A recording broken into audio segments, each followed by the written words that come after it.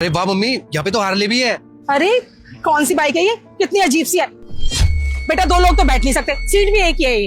अरे मम्मी, इसका तो टोरा ही अलग है। जब इसको रोड पे लेके निकलते हैं ना, सब देखते हैं इसको चलते हुए।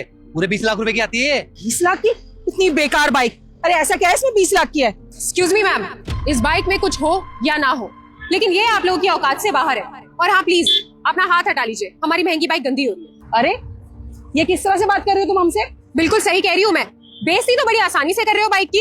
अरे खरीदने की औकात है क्या? अरे क्या औकात की बात कर रहे हो आप? 20 लाख रुपए की तो ये नहीं आती है, और ये तो सेकंड हैंड है ना। कितने की होगी ये? हाथी चाहे कितना भी बूढ़ा क्यों ना हो जाए, लेकिन उसकी कीमत ना गधे से ज्यादा ही होती है। भले ही ये बाइक सेकंड हैंड क्यों ना हो, लेकिन आप लोगों की औकात से फिर भी बाहर है।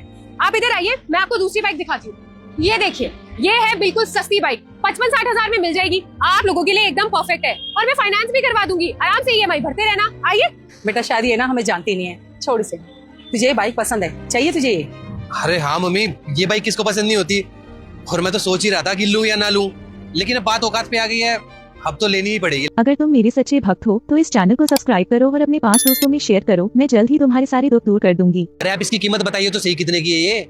10 लाख की है, खरीदनी है? बस 10 लाख? ठीक है बेटा। अरे अगर तुझे पसंद है तो 10 लाख या 50 लाख की भी होती ना, तो भी हम खरीद ही लेते। दे देने पैसे। हाँ मम्मी, क्या है ना मैडम, मेरे पास कोई प्लेन पेपर नहीं है। आप इस पे अपनी अकाउंट डिटेल लिख के दे दीजिए, आपके 10 लाख ट्रांसफर भी हो जाएंगे। देखिए, आप लोग मेरे साथ इस तरीके का मजाक मत कीजिए। यहाँ पे हमें और भी बहुत काम होते हैं। अगर मेरे मैनेजर को पता चला तो वो गुस्सा करेंगे। आप अपने मैनेजर को बोलना कि आज आपके यहाँ पे ना दिनेश दीक्षित आए हुए हैं, वो अपने आप बता दें कि कौन हूँ मैं। क्या आप सर, आपका नाम धीरज दीक्षित है?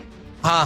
I am so sorry sir, मुझसे बहुत बड़ी गलती हो गई। आप लोग यहाँ पे खड़े क्यों हैं? प्लीज अंदर ऑफिस में आइए ना, अंदर बैठ के बात करते हैं। आइए सर, आइए मैम, चलिए। I am really very sorry sir, मुझे नहीं पता था कि आप धीरज दीक्षित है, वरना मैं कभी आपसे ऐसे बदतमीजी नहीं करती। And really sorry to you also ma'am, मैं कभी भी ऐसे आपसे बात नहीं करती अगर मुझे पता होता कि आप लोग कौन है। एक्सक्यूज मी मैम, वो अकाउंट में 11 लाख रुपए आए हैं। 11 लाख रुपए? मैं नहीं करवाया सर मैंने आप लोगों को बताया था ना कि बाइक तो सिर्फ 10 लाख रुपए की है, तो आपने 11 लाख क्यों की? आपने मेरे सामने मेरी माँ की बेइज्जती की थी ना। अब तो आपको पता चल ही गया होगा कि 1-1 लाख रुपए तो हम टिप में दे देते हैं। सर मैंने आपसे माफी मांगी है उस चीज की। इवन मैंने मैम को भी 2-3 बार सॉरी बोल दिया है। सर प्लीज अगर आपकी बात भूल जाएंगे तो अच्छा होगा। भूलूंगा नहीं, और तुम्हारी गलती ना माफी के लायक नहीं है। सर आई रिक्वेस्ट यू, आप प्लीज ऐसा मत करिए, मेरी नौकरी चली जाएगी।